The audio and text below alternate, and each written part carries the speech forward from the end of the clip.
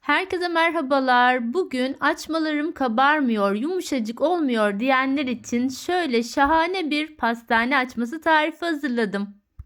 Bu tarifimde yumuşacık pastane açması nasıl yapılır tüm püf noktalarıyla anlattım ve iddia ediyorum bu tarifi denedikten sonra bu açma tarifi favoriniz olacak. Hemen tarifimin detaylarına geçiyorum. Hepinize iyi seyirler dilerim. Pastane açmamızın ilk olarak hamurunu hazırlayalım. Bunun için uygun bir kaseye 1 su bardağı ılık suyu ve 1 su bardağı ılık sütü dökelim. Suyunuz ve sütünüz mutlaka ılık olsun. Şöyle üzerine bir paket de instant maya ekledim. Dilerseniz sizler bir paket yaş maya da kullanabilirsiniz.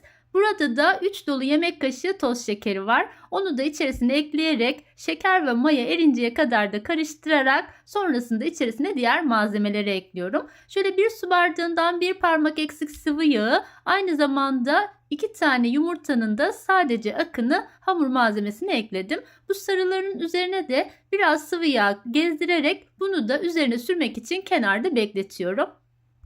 Eklediğim tüm malzemeleri de şöyle bir tahta kaşıkla karıştırdıktan sonra yavaş yavaş ve kontrollü olarak da ununu ekliyorum. Burada 5 su bardağı unum vardı. İlk olarak yarısını ekledim ve kaşıkla güzelce karıştırıyorum ve sonrasında kalan unun da hepsini ilave ediyorum. En son aşamada da tuzu ekledim. Şöyle bir tatlı kaşığı olacak şekilde de tuzu ekleyerek kase içerisindeki hamur ağırlaşıp yoğunlaşıncaya kadar kaşıkla karıştıralım. İlk aşamada elinizin fazla hamura bulaşmaması için kaşık kullanırsanız daha iyi olur ve sonrasında içindeki kaşığı çıkartıyorum ve açma hamurunu elimle yoğurmaya devam ediyorum ve bu aşamada 1 su bardağı kadar daha un ilave ettim.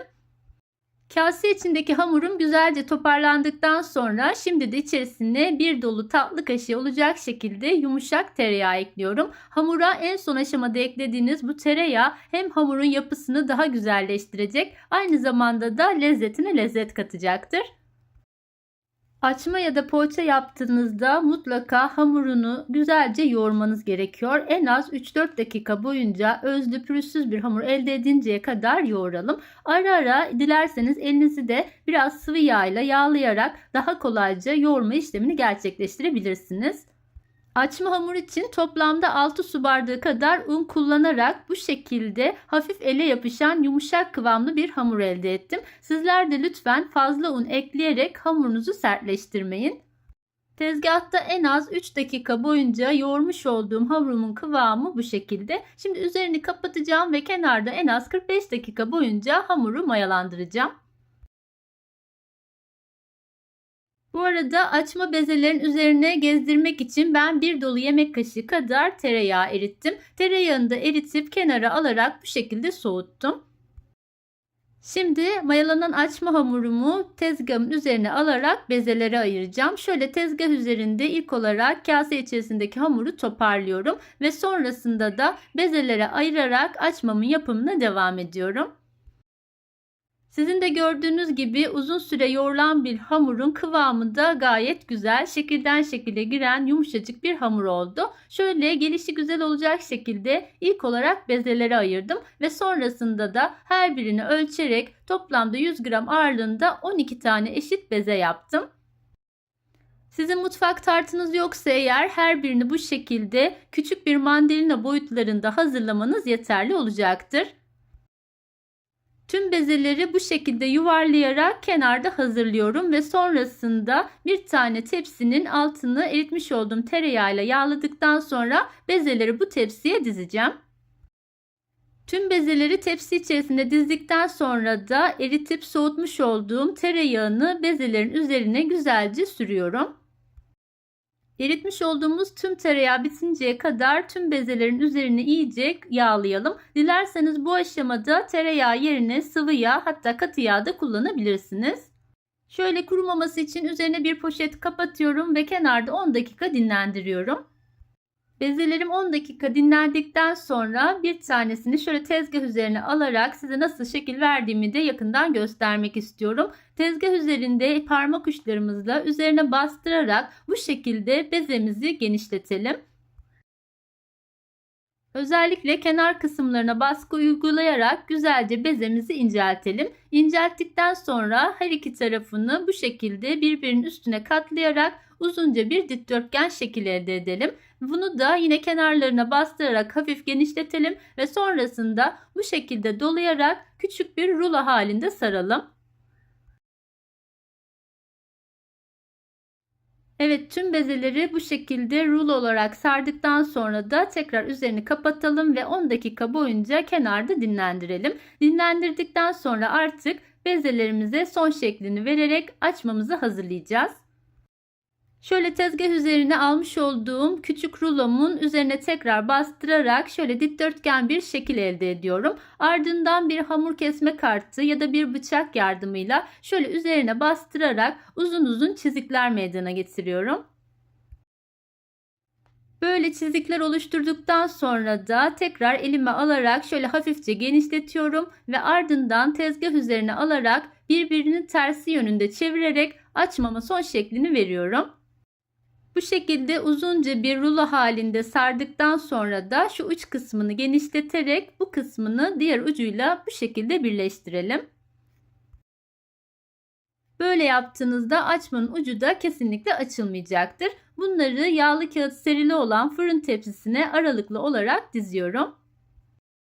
Şöyle kaçıranlar için de tekrar yakından göstermek istiyorum. Gördüğünüz gibi dinlenen hamurum kolaylıkla açılıyor. Şöyle üzerine hamur kesme kartıyla da baskılar yaparak bu şekilde derince çizikler meydana getiriyorum. Ama dikkat edelim, böyle çok da kesmeyelim hamuru. Ardından şöyle elimle alarak hafifçe uzatıyorum ve sonrasında tezgah üzerinde birbirinin tersi yönde çevirerek bu şekilde uzunca bir rulo haline getiriyorum. Bu şekilde uzun bir şerit halinde hazırladıktan sonra da uç kısmını elimle genişleterek diğer ucunu bunun içine yerleştirerek bu şekilde kapatıyorum. Evet, açmalarımın tamamına şekil verdim. Gördüğünüz gibi toplamda 12 tane açmam çıktı. Şöyle tekrar üzerine buzdolabı poşetini kapatıp bir tane mutfak örtüsüyle de örterek kenarda en az yarım saat kadar tepsi mayası yapalım. Açmalarınızın yumuşacık olması ve puf puf kabarması için tepsi mayası çok önemli. Gördüğünüz gibi benim de şekil verdiğim açmalarım çok güzel kabardı. Kenara almış olduğum yumurta sarımı bu aşamada güzelce karıştırıyorum ve açmaların böyle çok üzerine bastırmadan, havasını söndürmeden tüm yumurta sarısını açmaların üzerine sürüyorum. Açmaları yumurta sarısı sürerken de fırınımızı 180 derece alt üst ayarda, yani fansız olarak açalım ve 5 dakika boyunca ısıtalım. Açmaları önceden ısınmış olan fırın içerisinde pişireceğiz. Ben yumurta sarısı sürdükten sonra da üzerine biraz beyaz susam, haşhaş ve biraz da kavrulmuş susam gezdirdim. Sizler de nasıl arzu ediyorsanız o şekilde üzerini süsleyebilirsiniz. Açmalarımı önceden ısıtmış olduğum fırının orta tarafına yerleştirdim ve gördüğünüz gibi ısınmış olan fırında da hemencik kabarmaya başladılar bile. Benim fırınımın ayarına göre açmalar toplamda 25 dakikada pişti. Mutlaka fansız olarak pişirin. Poğaça ve açma yaptığınızda fanlı ayarda pişirirseniz sertleşir ve kurur. Şöyle pişen açmalarımın son halini yakından da size göstererek artık fırından çıkarıyorum ve kenara alıyorum. Açmalarımız piştikten sonra yumuşacık, ama daha da yumuşak olması için mutlaka üzerine bir örtü örtün. Bu şekilde 5 dakika boyunca dinlendirdikten sonra şöyle açmalarımın son halini de size yakından göstermek istiyorum. Evet, pamuk gibi yumuşacık, aynı zamanda da içi tel tel ayrılan çok güzel bir açma tarifi oldu. Şöyle bir tanesini alarak yakından da size iç dokusunu göstermek istiyorum. Bugün sizlere yumuşacık açma yapmanın tüm püf noktalarını detaylarıyla paylaştım. Umarım bu tarifim sizlerin de hoşunuza gitmiştir.